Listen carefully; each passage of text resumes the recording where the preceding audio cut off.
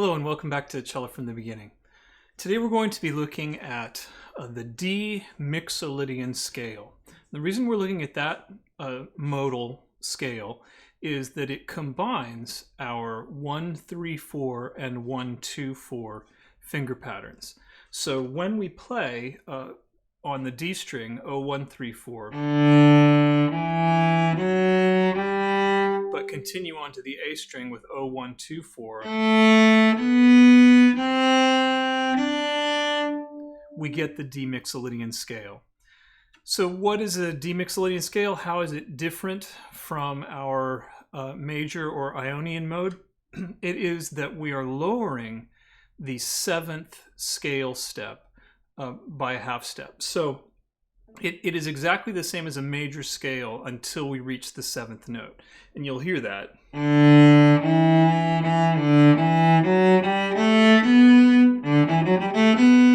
If we were playing the major scale,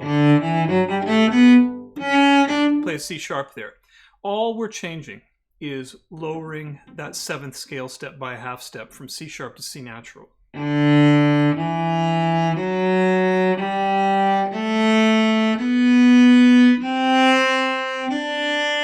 And so this now puts together what we've been learning in the previous lessons, using the 3rd finger on the D string and the 2nd finger on the A string in the same section, just going all the way from top to bottom. It gives us an actual scale mode to use. Now, there's, of course, link in the description to sheet music for this. We're going to do several exercises, 7 exercises. And the first thing that you'll see, which I've also put on the screen right now, is this scale written out 3 different ways. So exercise 1A, 1B, and 1C are exactly the same when you play them. D, 1, 3 for F sharp, 4, A, 1, 2 for C natural, and 4. And then coming down.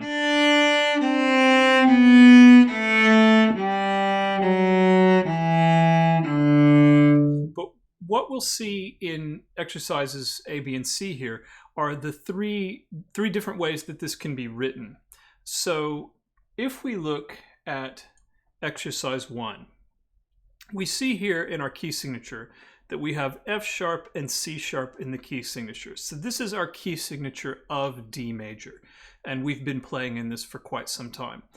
If I have F sharp and C sharp in the key signature, then when I, of course, reach 3rd finger here for the F sharp, I don't need to put anything in front of it. I know it's an F sharp because it already says so there. But when I reach C, I have to lower it with an accidental, in this case a natural, to make it a C natural. Otherwise, I would play the C sharp that's in the key signature. So if we're in the key signature of D major and we want to play this D Mixolydian scale, we will have this C will have a natural in front of it. Okay, what if we had nothing over here in the key signature? No sharps, no flats in the key signature. In this case, we would have to indicate that the F was an F sharp and not an F natural by putting the sharp in front of it. However, the C would be a C natural because there are no sharps in the key signature, so it doesn't have anything in front of it, right? So here we need to indicate that this is an F sharp, not an F natural, by raising it, and here we leave it alone. And finally, here's a 3rd example, and this is one in which you'll see no accidentals because the only raised note is over here in the key signature. This is written in the key signature of G major. So there's 1 sharp and F sharp. That means when we're playing along, we'll see here's an F, but we know it's a 3rd finger F sharp. Here's a C, but we know it's a 2nd finger C natural. The F sharp is raised in the key signature. The C is not raised. So if we were in the key of G playing this sequence of notes, there would be nothing in the key signature. And this is important because if you'll notice that C sharp and C natural and F sharp and F natural are written on the same line, right? There's no difference here. F and F sharp are both the next to highest line of the staff. C and C sharp are both the first ledger line above the staff. So we need to pay attention to our key signature. We need to pay attention to our accidentals to know whether we're going to be using third or second finger.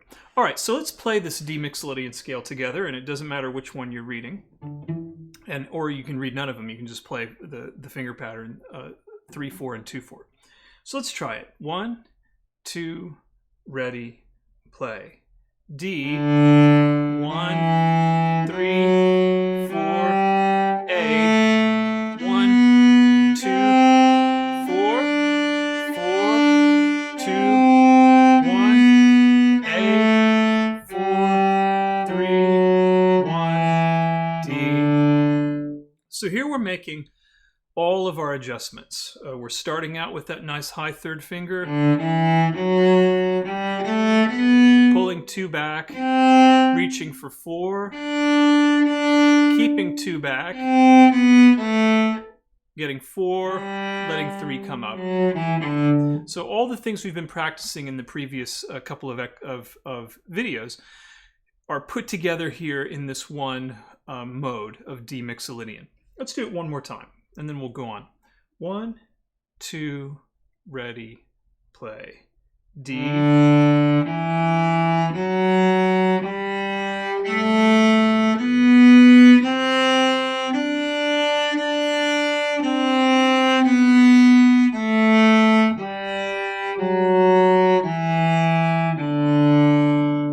All right, when you're comfortable with that, when you've played that a few times, so you've practiced it, then you're ready to go on to the next exercise. So let's do that now.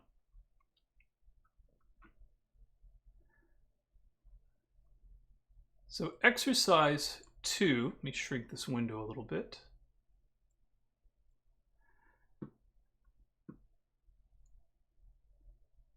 For exercise 2, we're going to be moving, rather than moving up the scale in a stepwise motion, we're going to be using some intervals. So you'll see the intervals of a third, in fact.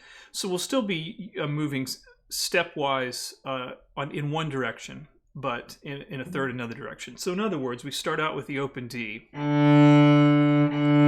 move all the way to F sharp, third finger,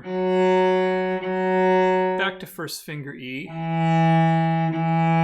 to fourth finger, 3,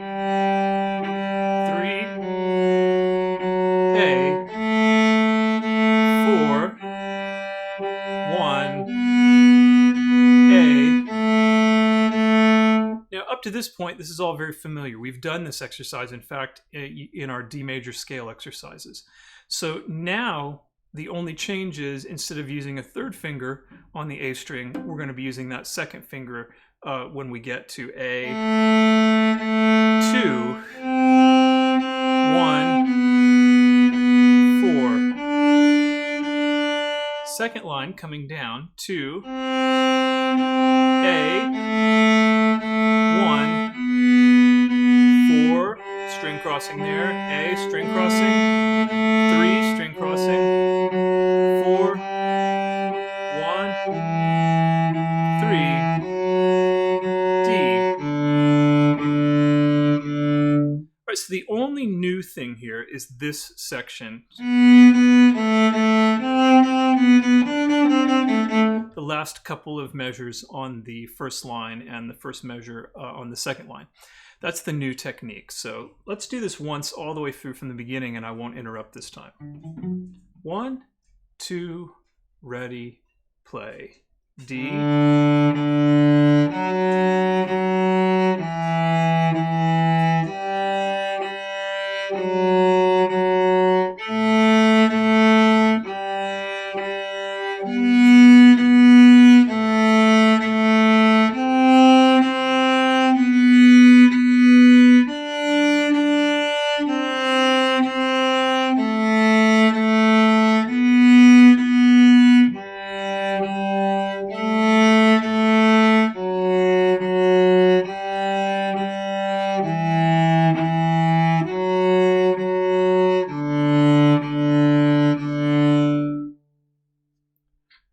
so we're going to stay with this pattern as we move on to exercise 3.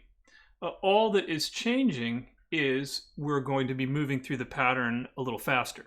So instead of doing 2 notes, instead of repeating each note, we're playing each note one time. So and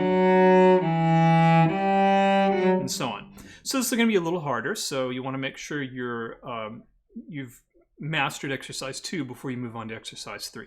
So let's try it.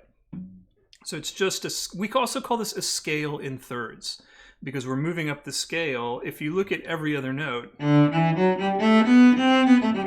that's what we're playing. And then we're moving up that scale using the interval of a third. So note, third, next note, third, next note, third. Scale in thirds, you'll sometimes see it in various method books. Only this is a D Mixolydian scale in thirds. So let's try it. 1, 2, ready, play. D, 3, 1, 4, 3, A, 4, 1, O, 2, 1, 4, 2, A, 1, 4, A, 3, 4, 1, 3. Now we go into the second line. It's the same thing.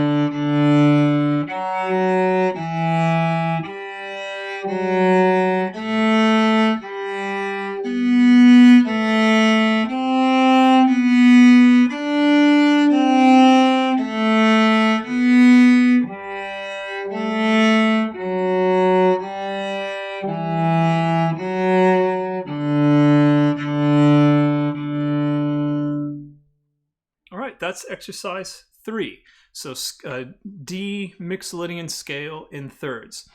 Now we're going to go on to exercise 4, and here you're going to hear a pattern which is where we hear the Mixolydian scale used in popular music, and I think that you will recognize it. So I'll play it for you. All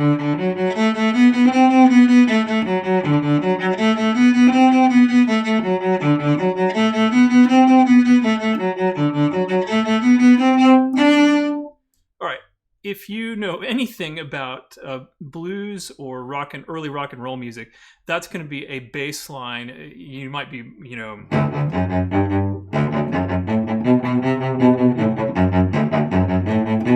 might hear it down there in that octave more frequently. But so the Mixolydian scale, I should say, the Mixolydian scale, I want to keep calling it a G Mixolydian, but where it's D Mixolydian.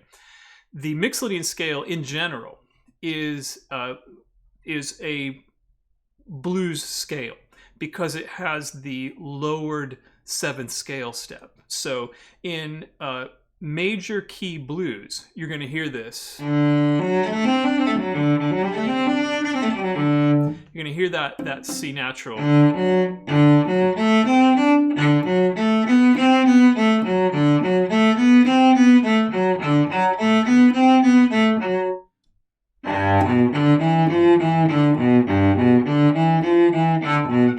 Right, very familiar sound.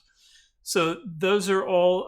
It's really a Mixolydian mode that those songs are in, and you have that lowered 7th scale step. So we're gonna. I threw this in here because I thought it would be fun, and we'll do some other things like this in the future. But for now, we're just confining ourselves to this pattern on the D. Now it looks like a lot of notes on the page, but really. We're only moving our left hand on the quarter, right? Because we're playing 8th notes, 2 8th notes of each note. So my left hand is only going. So we're just double timing the right hand. Now at the very end here, we have something you haven't seen before. You'll probably recognize the feel of it before you recognize what it looks like on the page. That figure.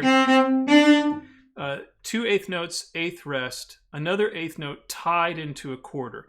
A tie is just a slur when the 2 notes that are joined are the same note, right? So if we had a slur,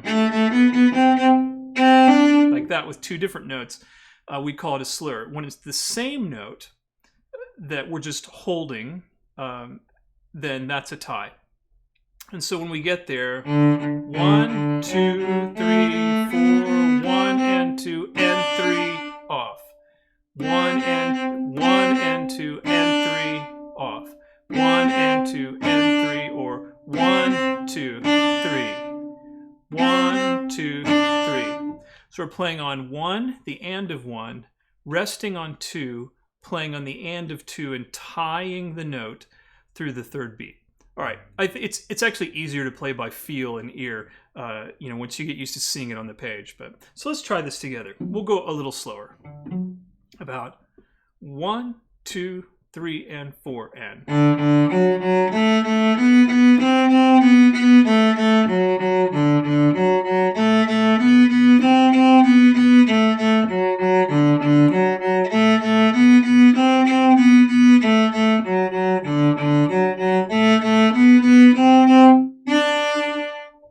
All right, there it is. Little D Mixolydian major blues for you.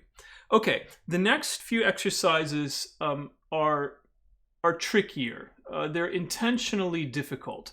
So we're going to continue to do scales. These are going to be scales rather than scales in thirds. For example, this one is going to be a scale in fourths. So counting, we know when we count intervals, we count the bottom notes. So D, that's our 1, 2, 3, fourth, a fourth. O to 4, 1 to A. So we're going to still move up the scale and down, but the top note is a fourth away instead of a third. This gives us some different combinations. Again, you're familiar with some of these, like going from third to first. And we've got this 4 to 2. We practiced this in the last exercise, a set of exercises, and so you should be familiar with it by now. So it's the trick with these is to really go slow and concentrate on securely placing those left-hand notes. Let's try it. 1, 2, ready, play. D, 4, 1, A, 3, A1, 4, A2, open A, 4, 2, D4, A1, D3, A, D1, 4. Little scale, D1, 3. Oh, this is the same thing again.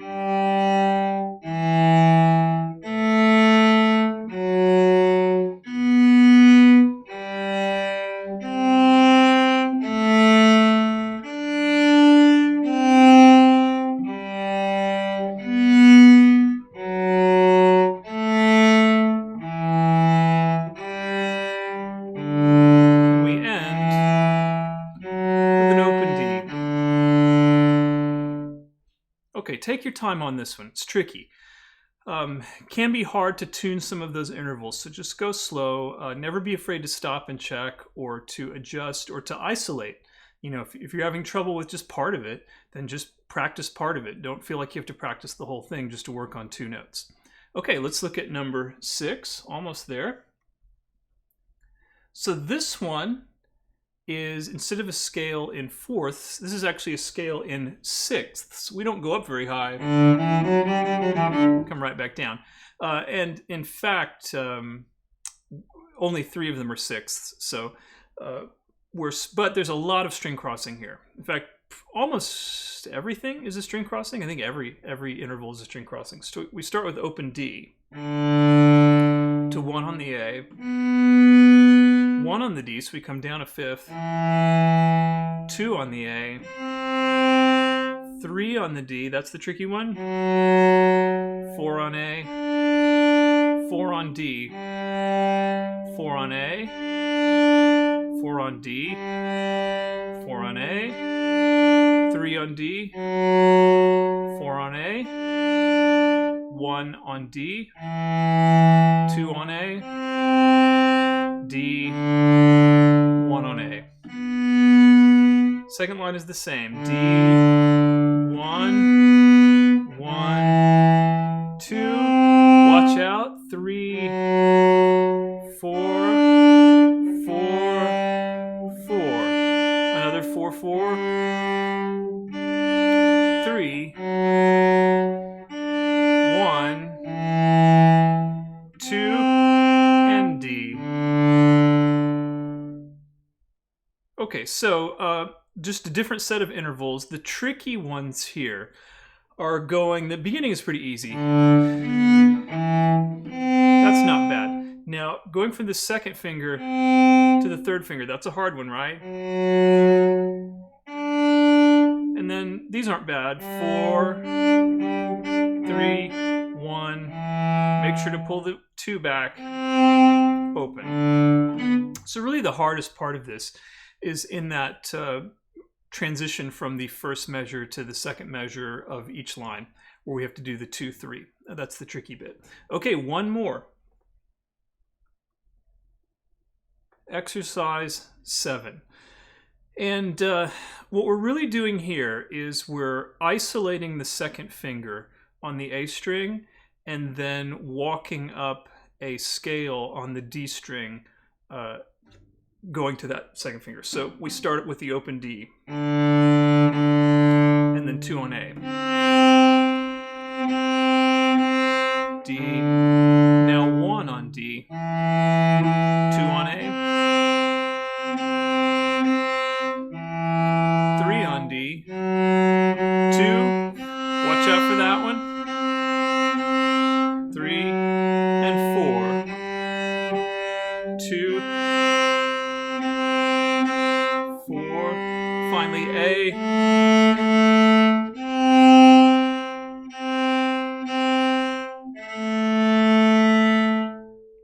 so that's really, oh, I'm sorry, there is actually more to this. There's a third line. I didn't expand this far enough. There we go. Okay, bring this back. All right, so we had just gotten here 2, 2A, and then the third line, 1, 2, 2, 1. Now we go down the scale. 2, 1, A, 4, 3, 1, D. Now you may notice here that in this exercise in particular, I'm pretty much keeping my 2 on the A string at all times. So I'm starting out there. I've already got it in place. I'm going to start at the beginning.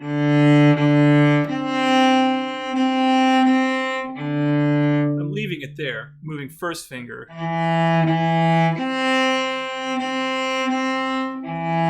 moving third finger,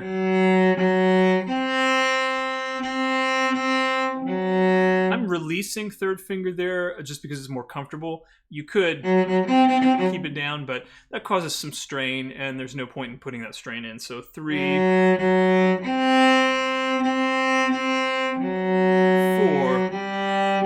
2, again, releasing 4 to just relax the hand a little. A. Finally, I have to let go of second finger to do that.